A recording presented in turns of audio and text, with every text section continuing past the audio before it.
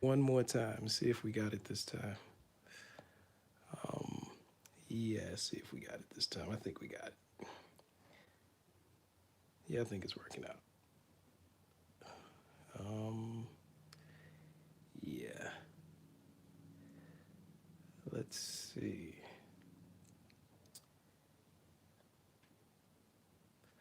All right, we back. We back. We back. We back.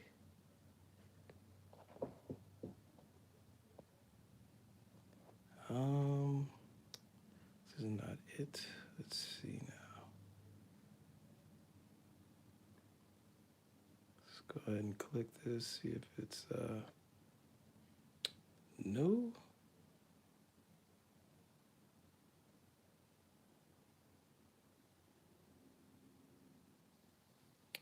Okay. So I'll go back and make sure we got this thing right.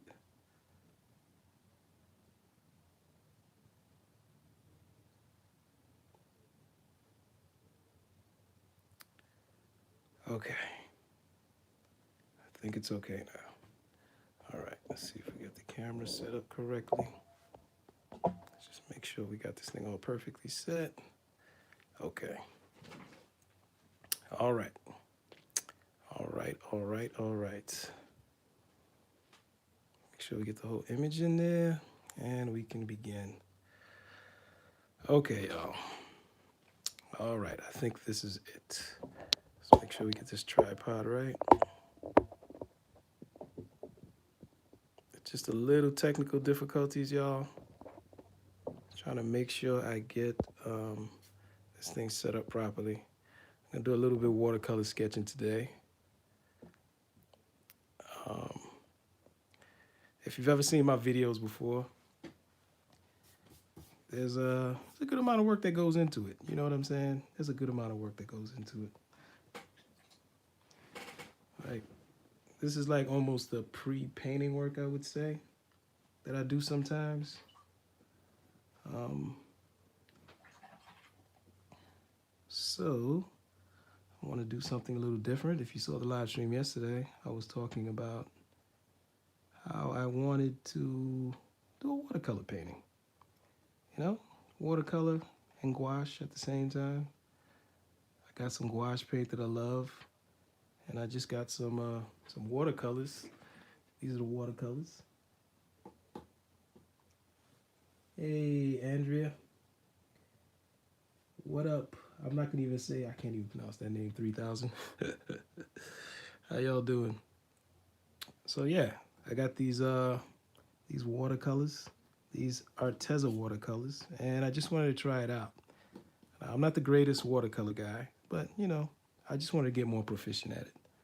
Always trying to learn new things, you know what I'm saying? And I normally wouldn't share it, but why not? Let's share. And I also wanted to try out this paper. This seems like fine paper. Yeah. Oh, fine me. Now this is Fabriano Studio watercolor paper, hot press. I like hot press watercolor paper because it's it's really smooth. It's smooth. Like cold press watercolor paper has texture. This has no texture at all. So I thought it'd be cool to work with. And also, it's 25% cotton, which I think is cool. Also, you know, I love painting watercolor on cotton paper. So we're gonna try it out, see if it works. You know, I hope so. I hope it works. You can do some amazing, really, realistic stuff with hot press watercolor paper. So let us begin. Start off by painting the background, y'all. Thanks. I'm glad you like the sketch. I've been messing around with this all day. You know, well, not all day, but you know, I've been messing around with this stuff. See if we get a bigger brush. This brush is not big enough. Um, Here we go. There we go.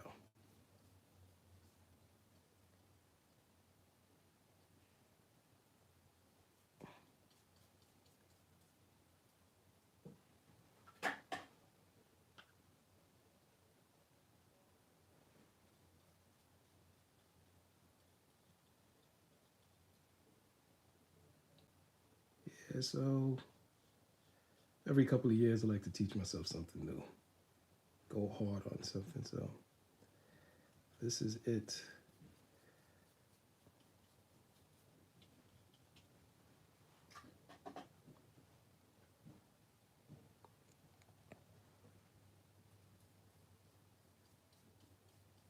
So how have you guys been doing in your quarantine?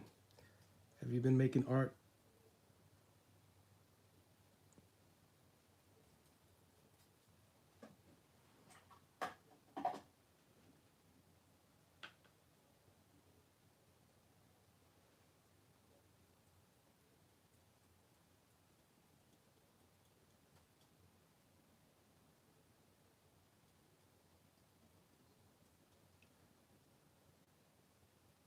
Yeah, I'm gonna get into a regular painting schedule. Um, I'm always working on something, but you know, I want to get it extremely regular. Working on a commission. That's awesome, beautiful Samaria. Yeah, I worked on a couple of submissions.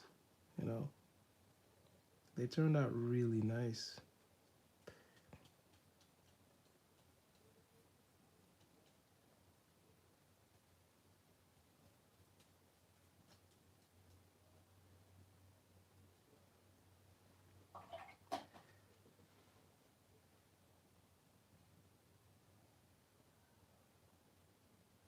Researching drawing tablets. I have a drawing tablet. It's pretty cool. It's one of the graphic tablets you get to draw on. I found it at a deal. It was relatively cheap. It was about $350. It's a UG 2150. You know, I was on YouTube doing my research, and it seems pretty legit, and it's pretty cool. You know,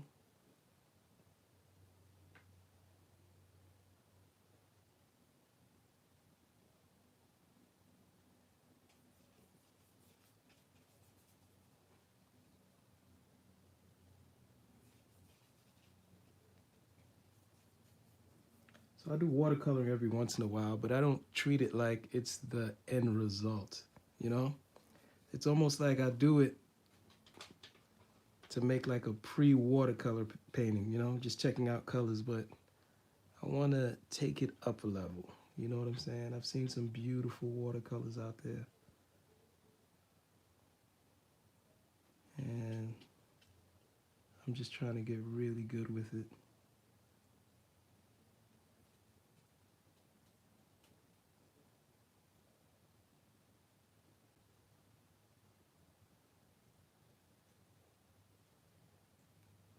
So you're gonna teach the kids how to blend Lisa, Lisa Carter Evans.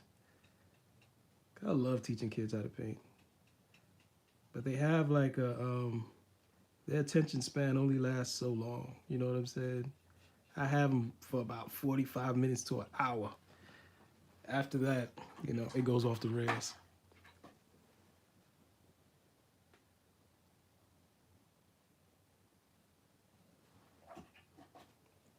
So shadows with watercolor, Brooke Page. So the way I like to handle shadows are, um, I start off light. What you're about to see me do. I always start off light and I begin to build up to the shadows. You know?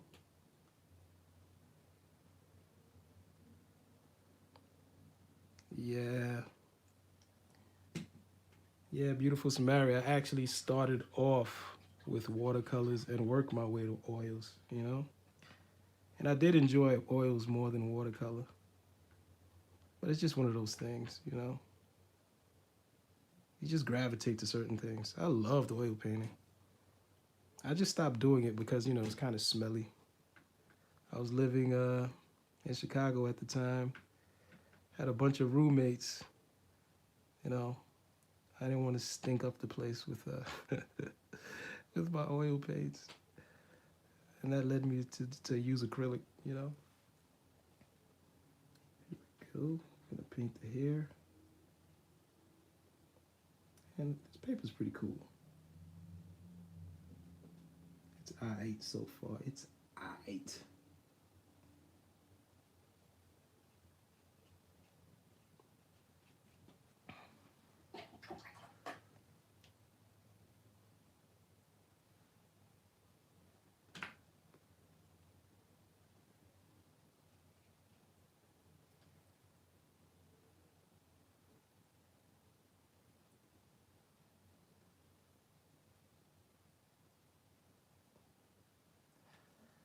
Thanks. I'm glad you like the colors in the background. It's almost like a bluish green, you know. It's very bluish, a little bluish anyway. I plan on making it darker, but now that you say it, it does look cool. I think I might just leave it like this, you know. So the texture to the hair, it's like everything else with watercolor. You start off light, and then you start building it up. So I'm just gonna, the first thing I like to do is just lay out just a general layer of color, you know? Nothing too fancy. I'm just gonna lay out a general layer of color, and then I'm gonna come back in and start adding some details. Um, I like to go from very general things to very specific things. So we're in the general stage. I'm just laying out color and seeing what happens, you know.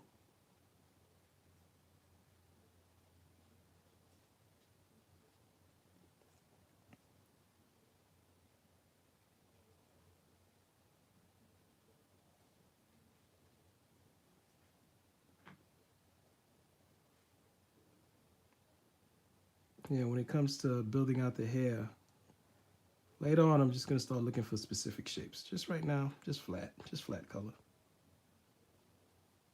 Nothing fancy.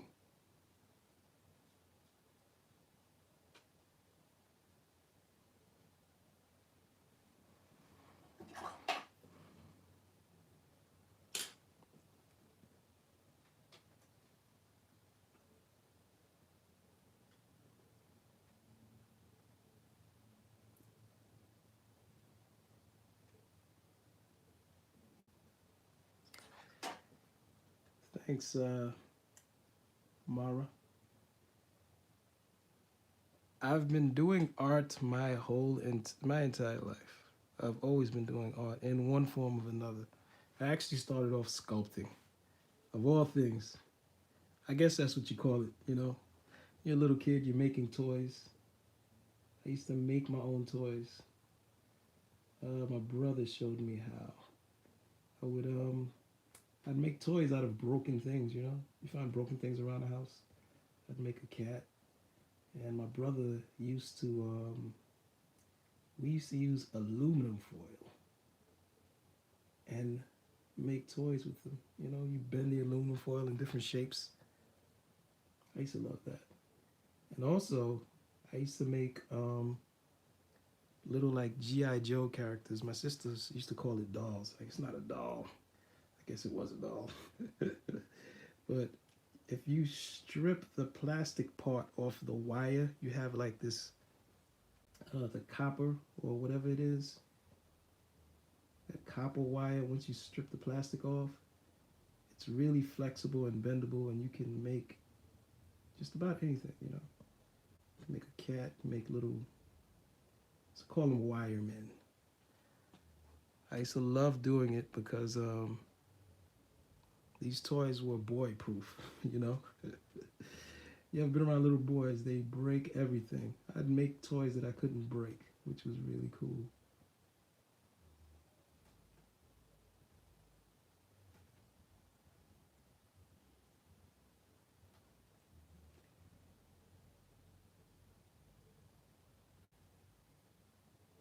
I never really had any art classes though.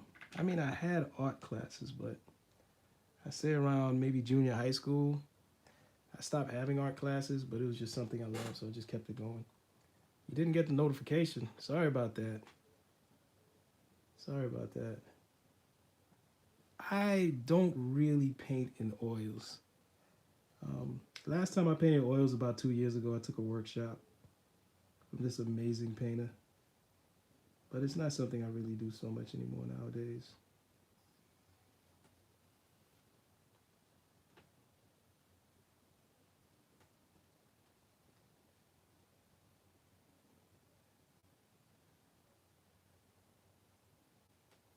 I did. I did. Here's what made me choose a career in art. When I was in college, I had the privilege of working on this mural. It's called the Mega Mural. It's huge. It's on the side of an AT&T building. You know, for a while there, it was the largest. It was the world's largest uninterrupted mural. It's here in Shreveport, Louisiana. You can go ahead and Google it. Man, it was amazing. It was amazing. You know, hanging off the side of a building in Louisiana summer, just sweating and painting, and we did a lot of work in studio too. It was a really cool experience. That sold me. I was like, man, if I could just get to do this every day, life will be amazing.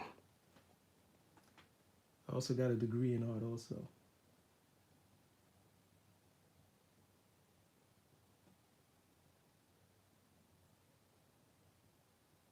Keshna.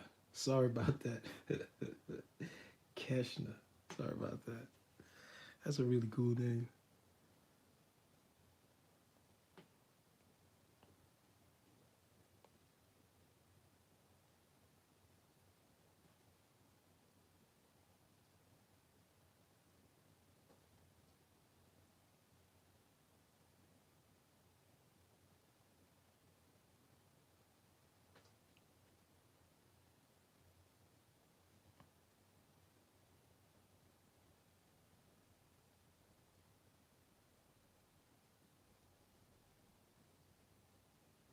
Here we go.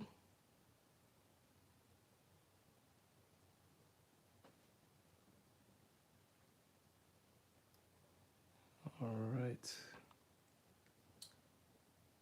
Now, I normally don't do this, but why not? Whatever. I'll try some new stuff. I normally save blacks to close to the last thing I do, but I'm just gonna go ahead and paint them in right now. Why not? Whatever.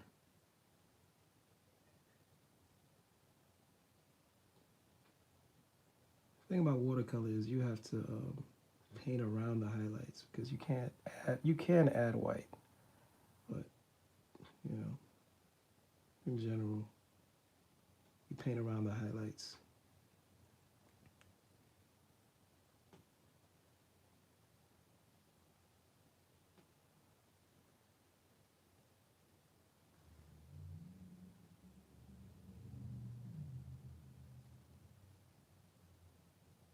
That was a weird eyebrow.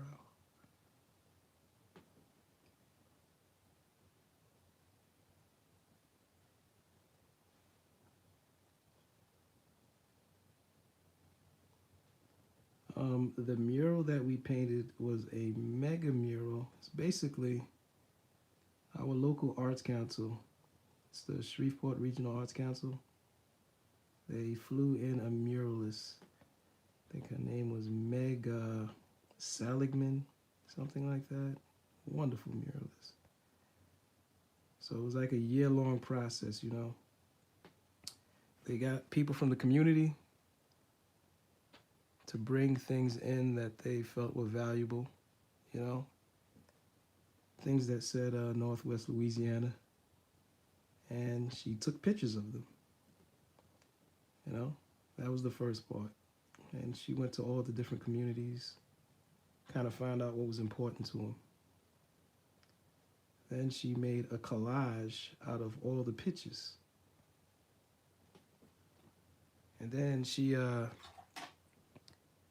put all the pictures together and she projected the pictures on these large sheets of it was fabric, and she traced all the technical parts, like say the faces and the hands and their objects. Now this thing was so large that it just looked like a jigsaw puzzle, you know. The pieces of the painting looked like jigsaw puzzle pieces. So we'd spend 8-9 hours a day just painting these large jigsaw puzzle pieces, on fabric. And then we went on the wall and we put it together, you know. Well, that was for some parts. Like some parts we just painted directly to the wall, like they had flowers and a bunch of stuff, which is pretty cool. But it was awesome. So one part is a photo collage. The next part on the other side of the building is just a gigantic ballerina. It's about, I don't know, maybe 15 stories tall. It's huge.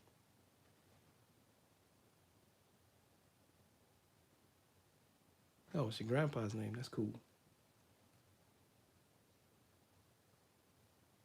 Yeah, it's still up, man. If you have a minute, I want you guys to Google it. Google the Millennium Moon Mega Mural. That's a mouthful. Millennium Moon Mega Mural.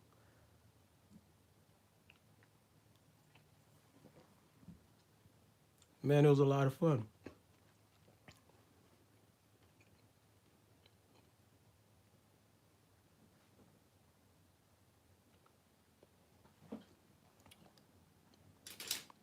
So now I am switching to Naples Yellow. And just gonna put a flat, again, I'm put a flat layer of color of Naples Yellow. Because this is gonna be the lightest color. It's probably gonna be the color of all the highlights, you know.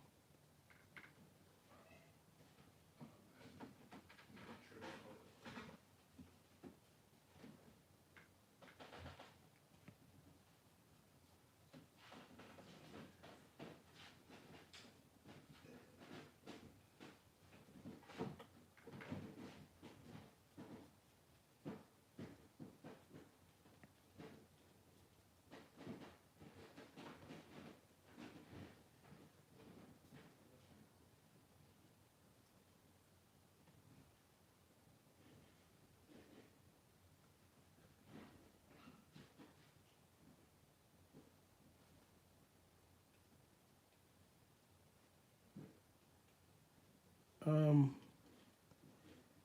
Watercolor, I don't know if it's harder to paint than acrylics. It's just, I don't know. I don't know. I guess it really just depends on the person. Because I know some people really take to watercolors and some people really take to acrylics, you know? Lisa? When I first started to paint acrylics, I used to use it like watercolor. I would be painting with my watercolor just like this. I would thin them down a lot with water and I would paint it on paper.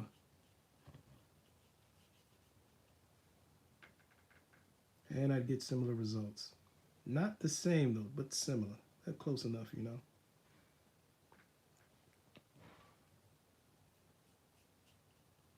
The difference with acrylics and watercolor is acrylic will build up on the paper, you know, and after a while, the paper be semi-gloss. That doesn't happen with watercolor. And you can lift up watercolor after you lay it down, you know. But this Arteza brand is pretty good about not lifting up, which is cool. I like that it doesn't lift up that easily. So I can do layers and I won't have too much of a problem, you know.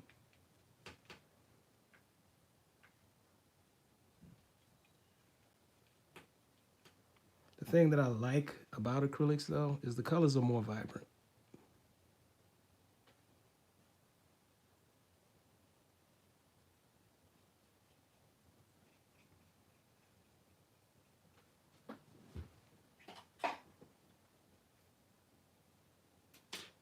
All right, I'm gonna go ahead and I'm gonna repaint the background.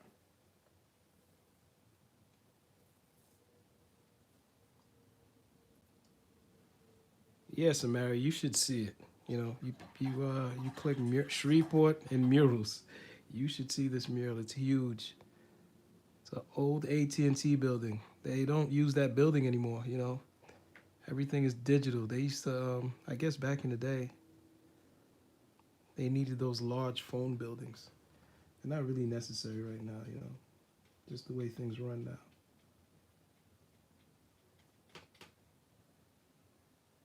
Yeah, it was a very large building with no windows, which is perfect for artist types like us.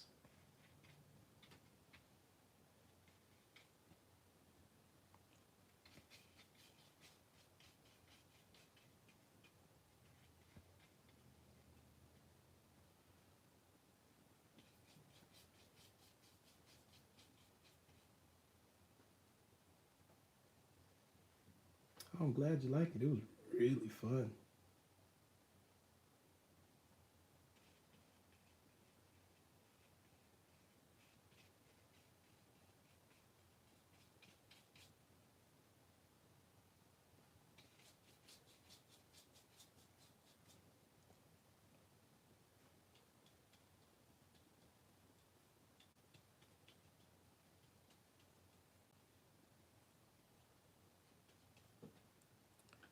I think the transition from drawing to painting is probably the easiest with watercolor because you can have a complete and total drawing. Like I could draw this all the way out and just watercolor right over it, and it's not a big deal. You couldn't do the same with oils and acrylics. I mean, you could, but it's not the same. And the thing about starting something new, you know, especially something you ain't never done before, like painting, you want to have a little success early on because that'll motivate you to keep going, you know?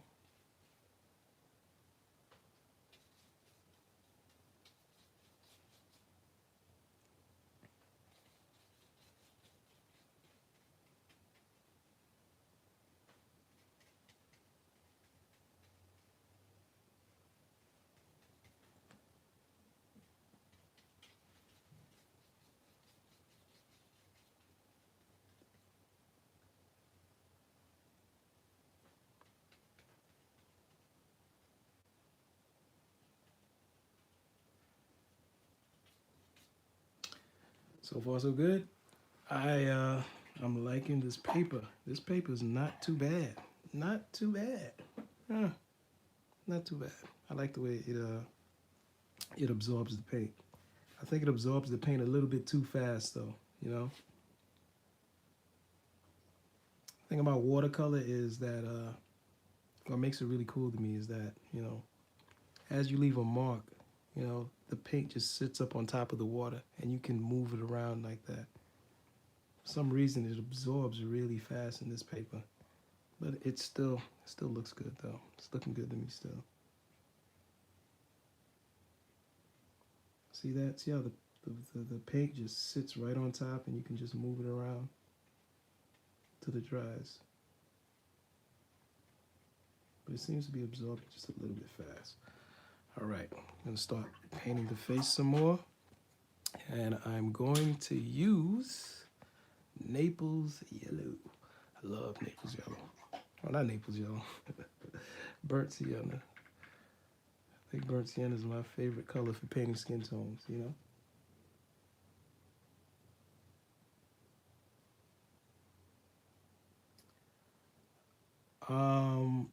This isn't typical watercolor paper. Um, Normally, what you find at a lot of stores, a lot of craft stores, even art supply stores, you find a lot of, I believe it's cold pressed watercolor paper.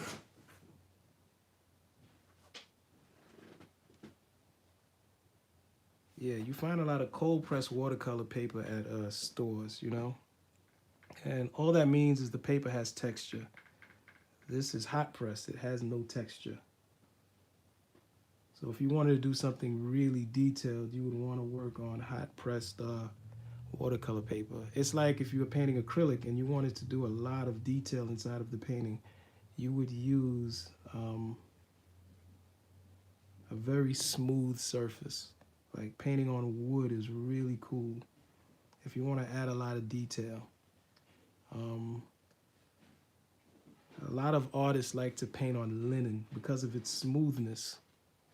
It's great for portraiture. You get a lot of details in smooth surfaces. But very smooth surfaces don't absorb the paint the same way, you know? You can't build up paint like you could on, you know, cotton.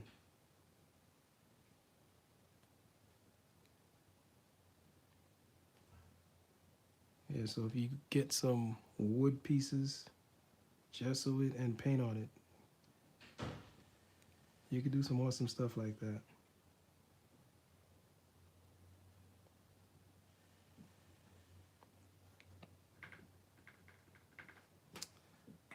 gonna need some more paint in a second.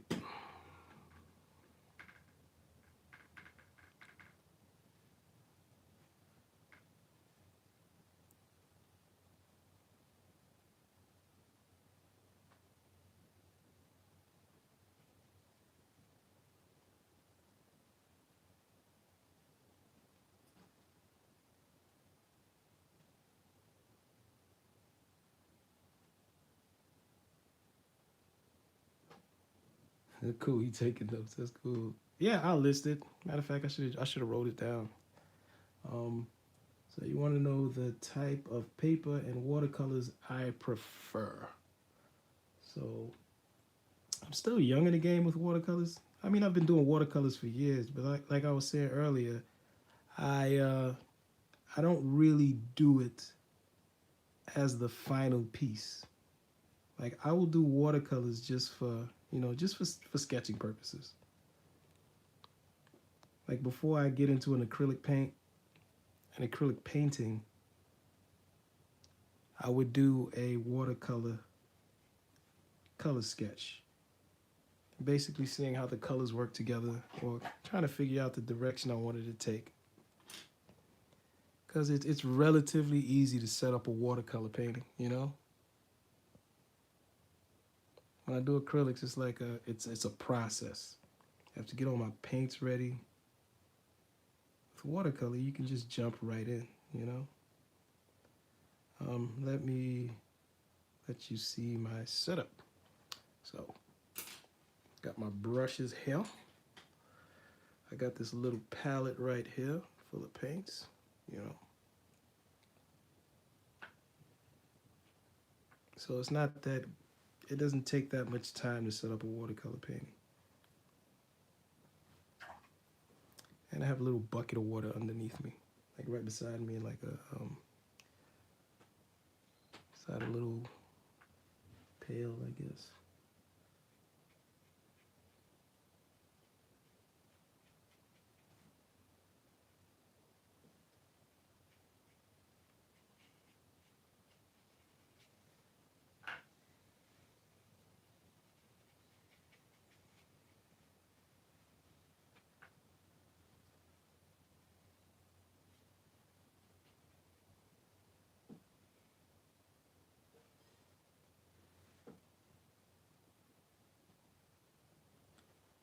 My favorite paper is Archer's watercolor paper.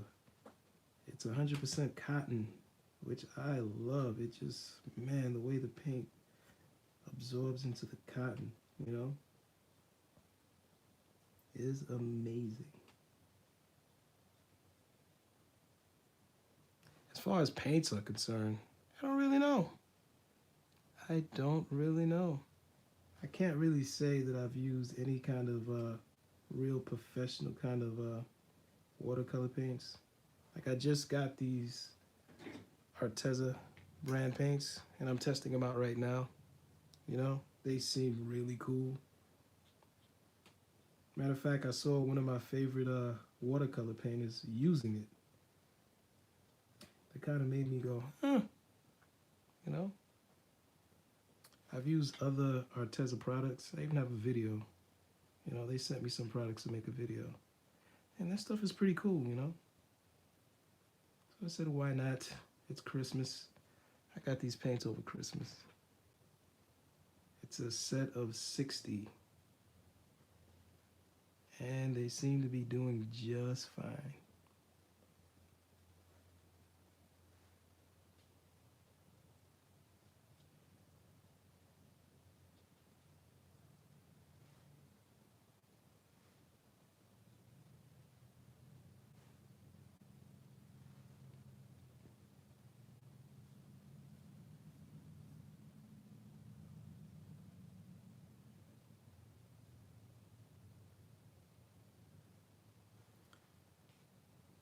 I also like to use Canton watercolor paper. That's pretty cool.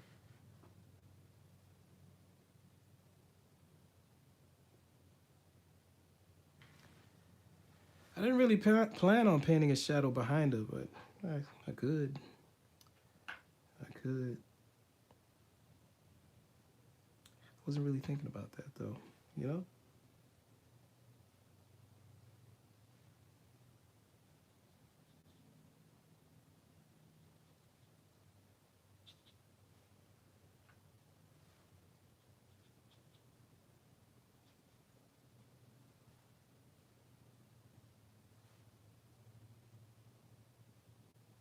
And again, I don't really have the hang all the way of watercolor paint.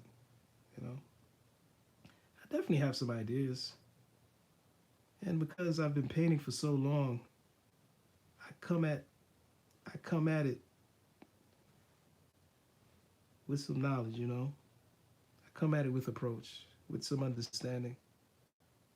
Like I don't really just jump into things the way I used to when I was younger. You know, I do some planning, I do some thinking, I do some sketching.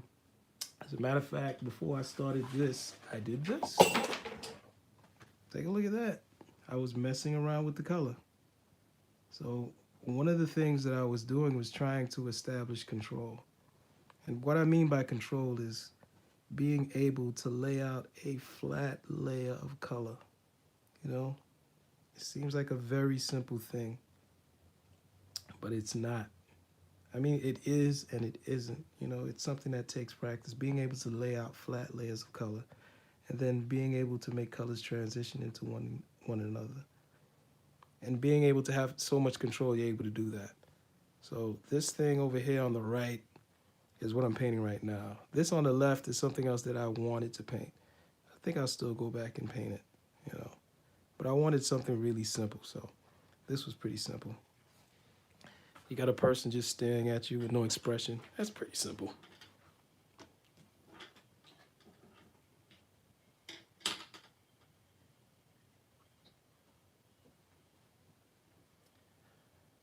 Um, I don't know these people who I'm painting right now. Nowadays, I rarely do. I'll reach out to them, you know. I'll reach out to them. If it's somebody I see on Instagram or something like that, I'll reach out to them, let them know I'm making their painting. They're usually pretty cool about it. Man, this social media, man, it connects people in a way that you just can't understand. You know? Pretty much anybody I reach out to, like, hey, I painted your face, they're usually very cool when they get back to you, which is surprising, you know.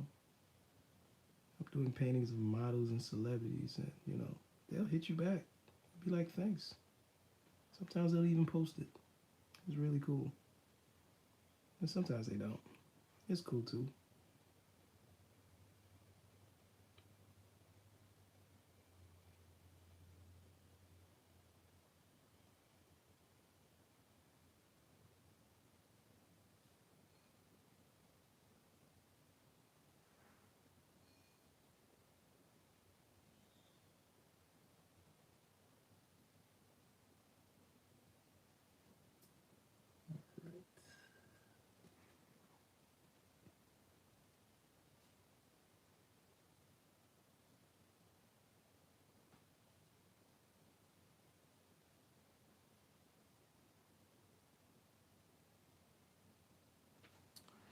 Here we go.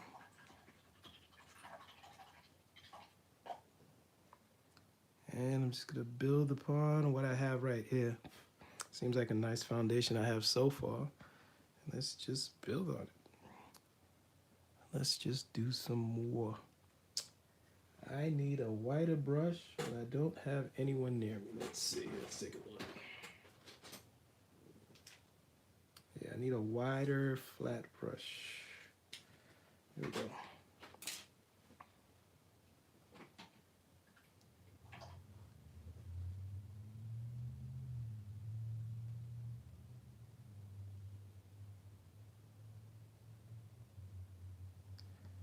Oh man, it's a hard place to be in where you're afraid to mess up something, you know? Oh, that, you know, one of the reasons why I do so much preparation for a painting is so I don't mess it up. So I'm painting this just so I could paint something else because I wanted to see how the paper, you know, works with the paint. Every step that I take to make preparation for a painting, you know, is a good thing, and it's for a purpose. It helps me clarify what I want to do. It seems like the second time you paint something is always better than the first time, you know?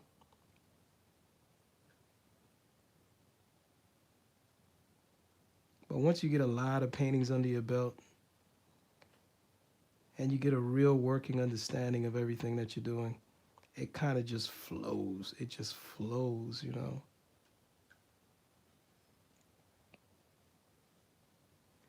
But like one of my goals early on was to be as proficient with drawing as I am with painting. Or the other way around. I started off drawing and I wanted to know how to sling a paintbrush like I do a pencil, you know?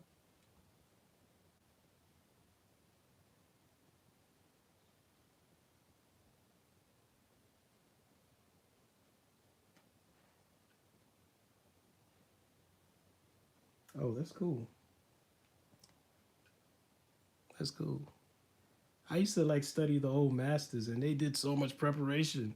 They'd make all these sketches, they do all these color sketches, they do all these drawings. So by the time they got to the painting, it was already done. They just had to put it together. So it made the painting process really simple. It's not easy, but it makes everything more simple when you're clear about everything that you're going to do before you do it.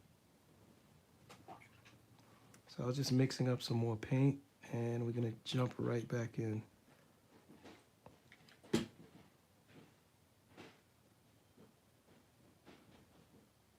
All right.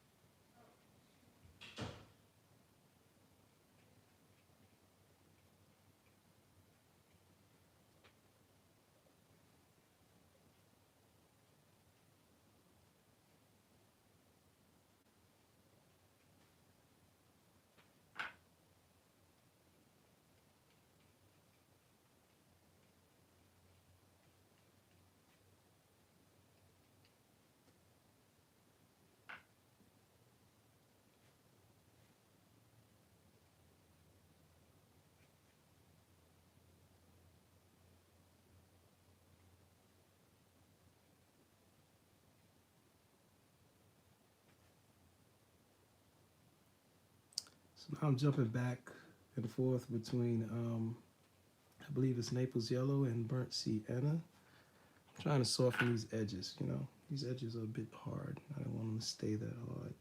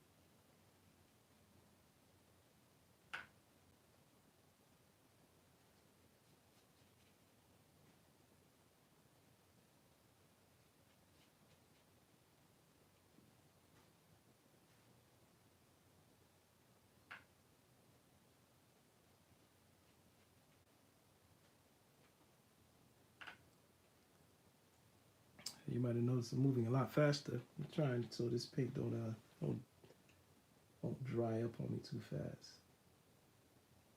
Well, thanks. I'm glad you like the shadows.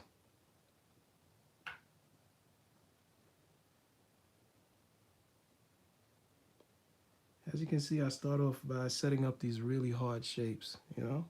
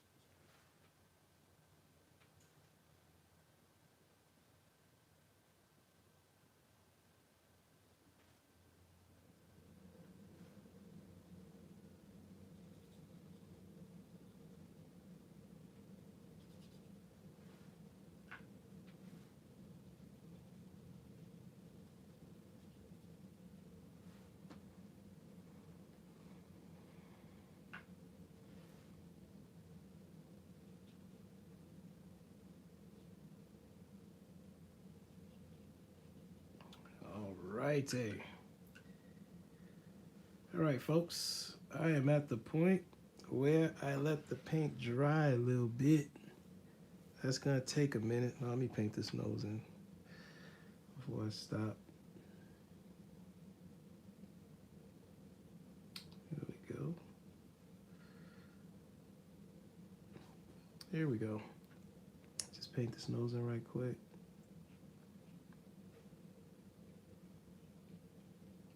All right, so I think I reached a good stopping point. I'm gonna let this thing dry some, and then I'm gonna jump back into it in a minute. Let's do this bottom lip first, though.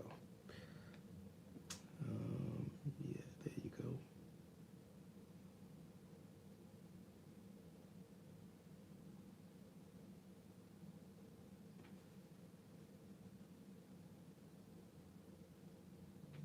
All right. I think I'm gonna stop. Always find something more to do. All right. Okay now. All righty. I'm gonna stop. I'm gonna let the painting dry a little bit, and I will post the results on Instagram. That's why I go to do this kind of thing, you know, to kind of show what I'm working on daily, for real. All righty.